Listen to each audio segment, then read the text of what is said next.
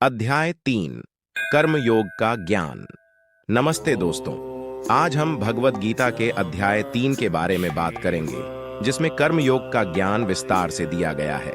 इस अध्याय में अर्जुन और श्री कृष्ण के बीच हुए संवाद से हमें कर्मयोग के महत्वपूर्ण तत्वों को समझाया गया है। शुरुआत में सिर्फ सार है, अंत में बदलाव है। तो आपकी समस्या का समाधान अगर शुरुआत में नहीं मिलता है तो अंत तक वीडियो को जरूर देखें, इसे आपके हर समस्या का समाधान मिलेगा। अध्याय 3।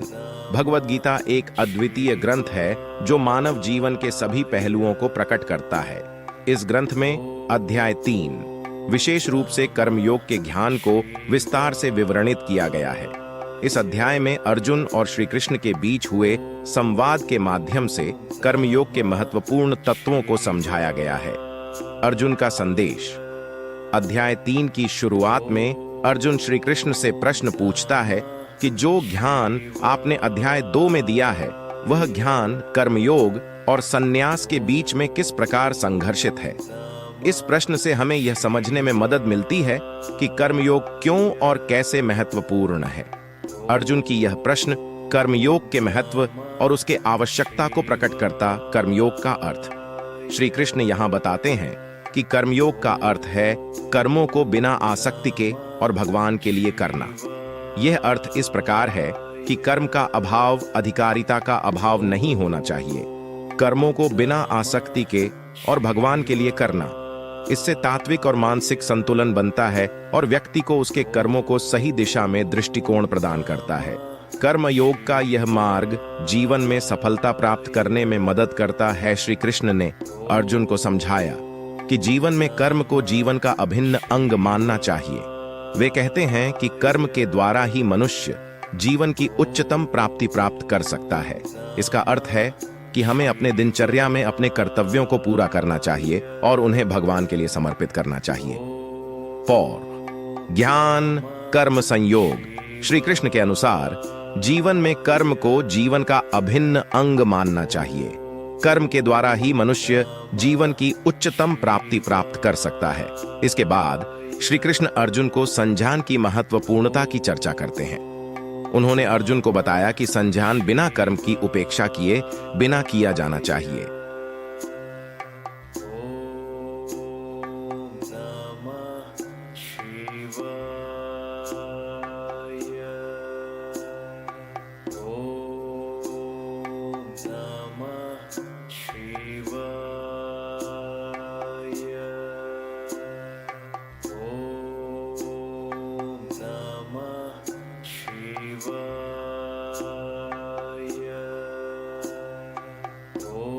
कर्म को उपेक्षा नहीं करते हुए ही हमें जीवन के कार्यों में उत्साह और समर्पण बनाए रखना चाहिए।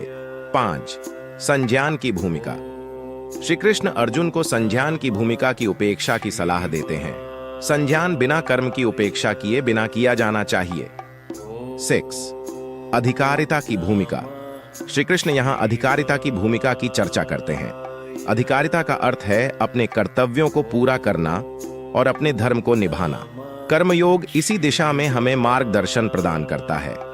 7 अनुष्ठान की महत्वपूर्णता। श्री कृष्ण अर्जुन को अनुष्ठान की महत्वपूर्णता और अनुष्ठान के द्वारा कर्मयोग का अभ्यास करने का प्रेरणा देते हैं। अनुष्ठान से ही हम अपने आप को सजग और जिम्मेदार महसूस करते हैं और अपने कर्मों में सही दृष्टिकोण और समर्पण लाते हैं। 8 कर्मयोग के लाभ। श्री कृष्ण अर्जुन को कर्मयोग के लाभों की जानकारी देते हैं, जिसमें जीवन में सफलता, शांति और अंतरात्मा की प्राप्ति है। वे कहते हैं कि कर्मयोग के माध्यम से ही व्यक्ति जीवन के सार्थकता और आनंद को प्राप्त कर सकता है। निष्कर्ष। अध्याय 3 में श्री कृष्ण अर्जुन को कर्मयोग के महत्वपूर्ण तत्वों की समझ देते हैं और उन्हें जीवन में सफल होने के लिए कर्मयोग का अभ्यास करने की प्रेरणा देते हैं। यह था भगवद गीता अध्याय 3 का संपूर्ण विवरण, जिसमें कर्मयोग के महत्वपूर्ण तत्वों का विस्तार से विवेचन किया गया। यह अध्याय हमें जीवन में कर्म के महत्व को समझने की प्रेरणा देता है और इसे ध्यान में रखते हुए जीवन में सफलता प्राप्त करने का मार्ग प्रदान करता है। कर्मयोग जीवन के हर पहलू में हमें सही दिशा प्रदान कर सकता है। धन्यवाद। अध्याय 3 के बारे में जानने के लिए हमारा वीडियो देखने के लिए अगर आपको यह वीडियो पसंद आया है तो कृपया लाइक करें, शेयर करें और हमारे चैनल को सब्सक्राइब करें। अब आप तीसरे अध्याय का संपूर्ण विवरण गीता गोरख प्रेस की किताब से पढ़ेंगे और सुनेंगे। ओम श्री परमात्माय नमः। तीसरा अध्याय। इस पर अर्जुन ने प्रश्न किया कि हे जनार्दन, यदि कर्मों की अपेक्षा ज्ञान आपके श्रेष्ठ मान्य है तो फिर हे केशव, मुझे भयंकर कर्म में क्यों लगाते हैं तथा आप मिले हुए से वचन से मेरी बुद्धि को मोहित सी करते हैं। इसलिए उस एक बात को निश्चय करके कहिए कि जिससे मैं कल्याण को प्राप्त हूँ। इस प्रकार अर्जुन के पूछने पर भगवान श्री कृष्ण महाराज बोले, हे निष्पाप अर्जुन, इस लोक में दो प्रकार की निष्ठा मेरे द्वारा पहले कही गई हैं, ज्ञानियों की ज्ञान योग से और योगियों की निष्काम कर्म योग से।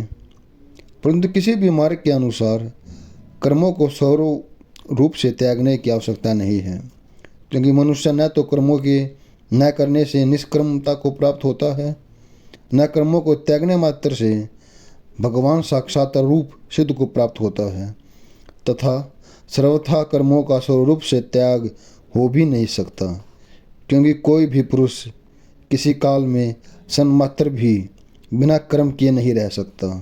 निसंदेह सभी पुरुष प्रकृति से उत्पन्न हुए गुणों द्वारा परवश हुए कर्म करते हैं। इसलिए तू मूढ़ बुद्धि पुरुष कर्म इंद्रियों को हठ से रोककर इंद्रियों के भोगों को मन से चिंतन करता रहता है, वह मिथ्याचारी अर्थात दंभ भी कहा जाता है। और हे अर्जुन, जो पुरुष मन से इंद्रियों को वश में करके अनासक्त हुआ इंद्रियों से कर्म का आचरण करता है, वह श्रेष्ठ है। इसलिए तू शास्त्र विधि से नियत किए हुए सर्वधर्म रूप कर्म को कर, क्योंकि कर्म न करने की अपेक्षा कर्म करना श्रेष्ठ है, तथा कर्म न करने से तेरा शरीर निर्वाह भी नहीं सिद्ध होगा। हे अर्जुन, बंधन के भय से भी कर्मों का त्याग करना योग्य नहीं है, क्योंकि यज्ञ अर्थात विष्णु के निमित्त किए हुए कर्म के सिवा अन्य कर्म में लगा हुआ ही वह मनुष्य कर्मों के द्वारा बंधा हुआ है। इसलिए हे अर्जुन, आसक्ति से रहित हो उस परमेश्वर के निमित्त कर्म का भली प्रकार आचरण कर।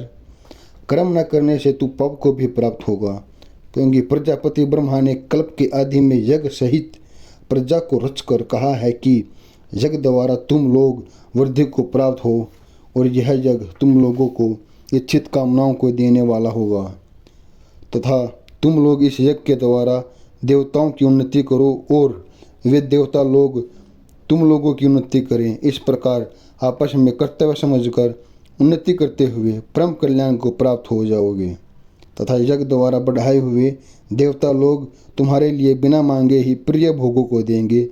उनके द्वारा दिए हुए भोगों को जो पुरुष इनके लिए बिना दिए ही भोगता है, वह निश्चय चोर है।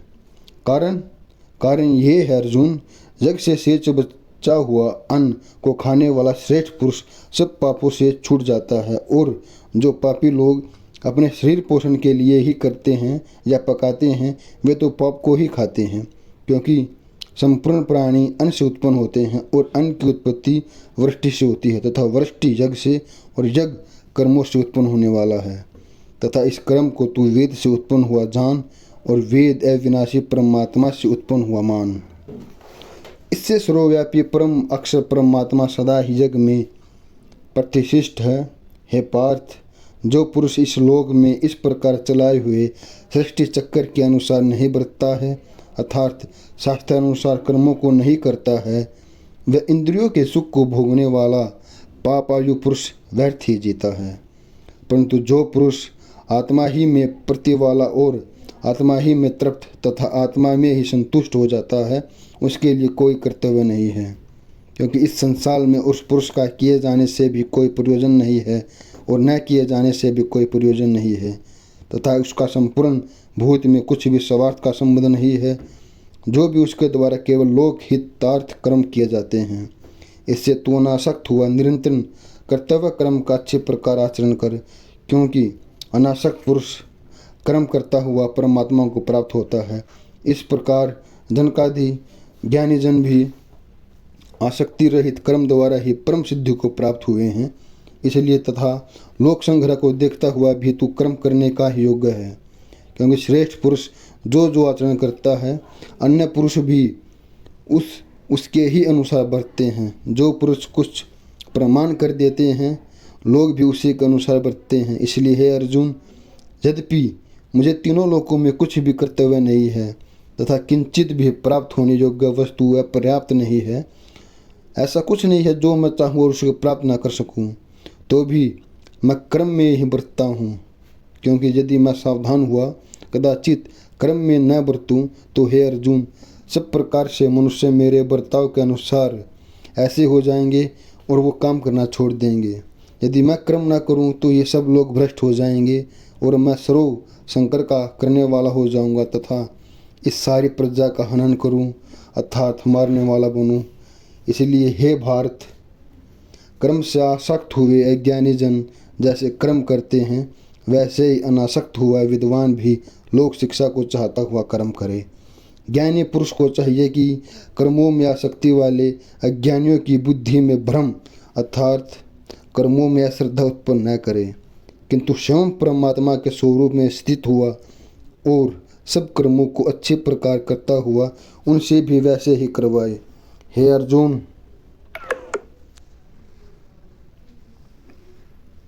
वास्तव में संपूर्ण कर्म प्रकृति के गुणों द्वारा किए हुए हैं।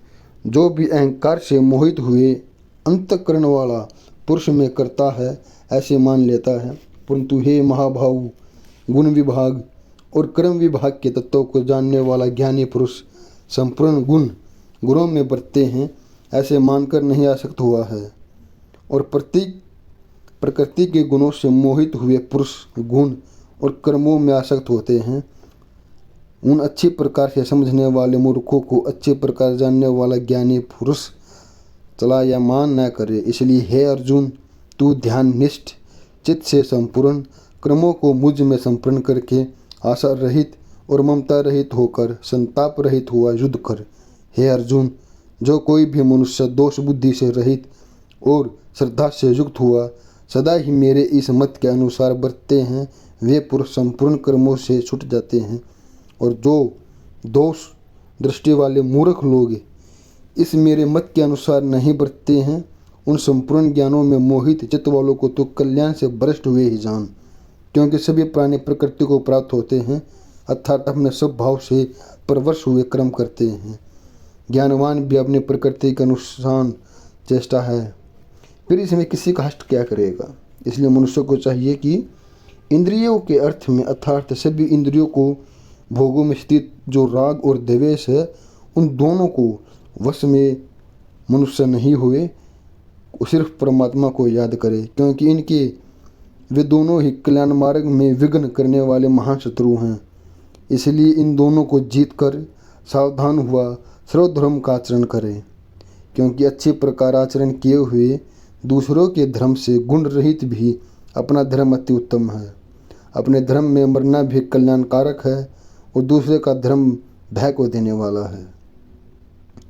इस पर अर्जुन ने पूछा कि हे कृष्ण, फिर यह पुरुष बलात् लगाए हुए कि सदर्श न चाहता हुआ भी किसके प्रेरणा के लिए पाप को कर बैठता है, पाप का आचरण करता है।